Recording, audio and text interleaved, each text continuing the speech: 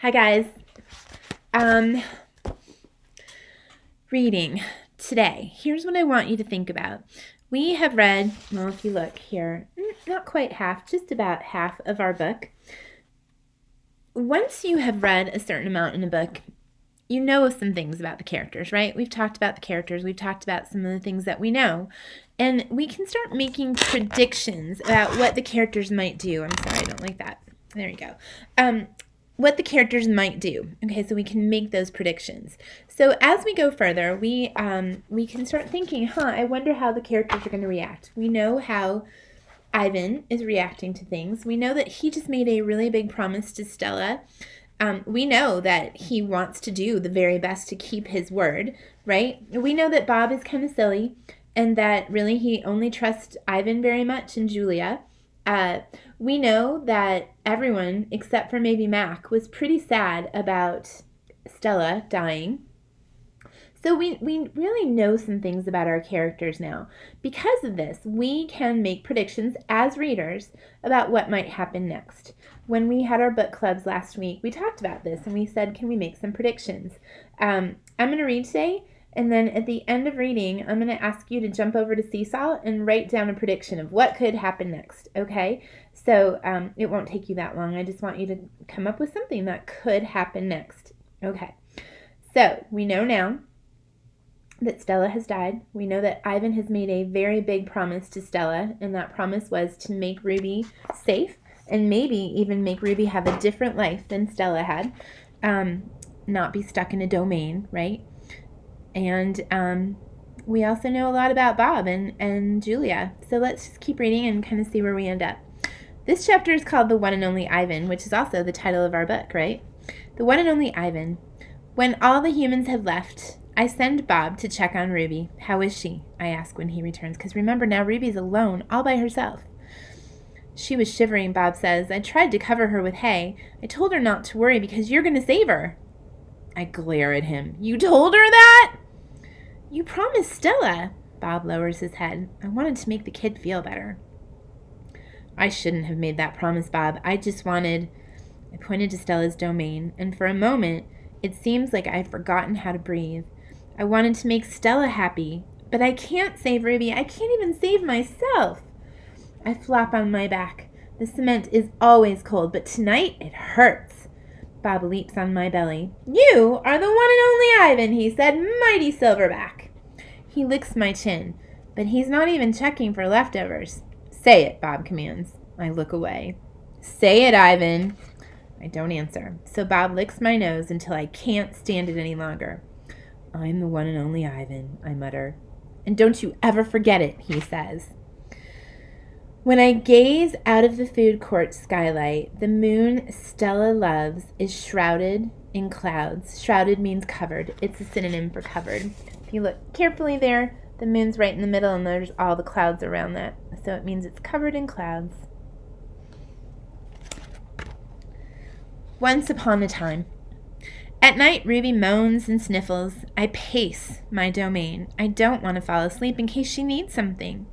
Ivan, Bob says gently, get some sleep. Please, for your sake and for mine. Bob can't sleep unless he's on my stomach. I hear a stirring. Ivan? Ruby calls. I rush to my window. Ruby, are you all right? I miss Aunt Stella, Ruby sobs, and I miss my mom and my sisters and my aunts and my cousins, too. I know, I say, because it's all I can think of. Ruby sniffles. I can't sleep. Do you know any stories? The way Aunt Stella did? Not really, I admit. Stories were Stella's specialty. Tell me a story about when you were little, Ruby pleads. She puts her trunk between the bars. Please, Ivan. I scratch the back of my head. I don't remember things, Ruby, I admit. It's true, Bob says, trying to be helpful. Ivan has a terrible memory. He is the opposite of an elephant. Ruby lets out a long, shivery breath. Oh well, that's okay. Night, Ivan and Bob. I listen to Ruby's soft sobs for long, horrible minutes. Then I hear myself saying, once upon a time, there was a gorilla named Ivan. And slowly and deliberately, I try to remember. The grunt. I was born in a place called Central Africa, in a dense rainforest so beautiful no crayons could ever do it justice. Gorillas don't name their newborns right away, the way that humans do. We get to know our babies first. We wait to see hints of what might yet be. When they saw how much she loved to chase me around the forest, my parents decided my twin sister's name, Tag. Oh, how I loved to play tag with my sister. She was nimble, and when I got too close, she would leap onto my unsuspecting father. Then I would join her, and we would bounce on his belly until he gave us the grunt, the rooting pig sound that means enough.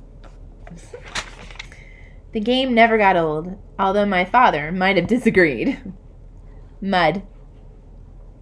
Didn't take long for my parents to find my name. All day long, every day, I made pictures. I drew on rocks and bark and on my poor mother's back. I used the sap from leaves. I used the juice from fruit. But mostly, I used mud. And that's what they called me, Mud. To a human, mud might not sound like much, but to me, it was everything. Protector. My family, which humans call a troop, was just like any other gorilla family. There were 10 of us, my father, the silverback, my mother, and 3 other adult females, a juvenile male called a blackback, and 2 other young gorillas. Tag and I were the babies of the group. We squabbled now and then as families will. Squabbled is a synonym, same thing as argued or kind of bickered back and forth. We squabbled now and then as families will, but my father knew how to keep us in line with a simple scowl. And for the most part, we were happy to do what we were meant to do, to feed and forage and nap and play. My father was a master at leading us into the ripest fruit for our morning feast and to the finest branches for our nightly nests. He was everything a silverback is meant to be, a guide, a teacher, a protector. And nobody could chest beat like my father. A perfect life. Gorilla babies and elephant babies and human babies are not so different, except that gorillas get to spend their day riding on his mother's back, like a cowboy on a horse. It's a pretty great system from the baby's point of view. Slowly, carefully, a young gorilla begins to venture farther and farther away from the safety of his mother's arms. He learns the skills he will need as an adult. How to make a nest of branches. Weave them tightly or they'll fall apart in the middle of the night. How to beat your chest. Cup your palms to amplify the sound. How to go vining from tree to tree. Don't let go. How to be kind, be strong, be loyal. Do you remember vining from way back when we started this book? Vining was in the glossary up here at the front, and it was the thing that meant casual play, a reference to swinging from vine to vine. Growing up gorilla is just like any other kind of growing up. You make mistakes, you play, you learn, you do it all over again. It was, for a while, a perfect life. The end. Not the end of the book. The chapter is called The End. One day, a still day when the hot air hummed, the humans came. I think that's where I want to stop today because I want to give you time to go over to Seesaw and write a prediction about what could happen next. Okay, so Ivan is now telling the story about when he was in the jungle and with his family, and we just found out that the humans have showed up wherever he is in whatever jungle, right? What could happen next? You know a lot about what's already happened. Use what you know to make a prediction about what could happen next, okay? Just needs to be a sentence or two over on Seesaw.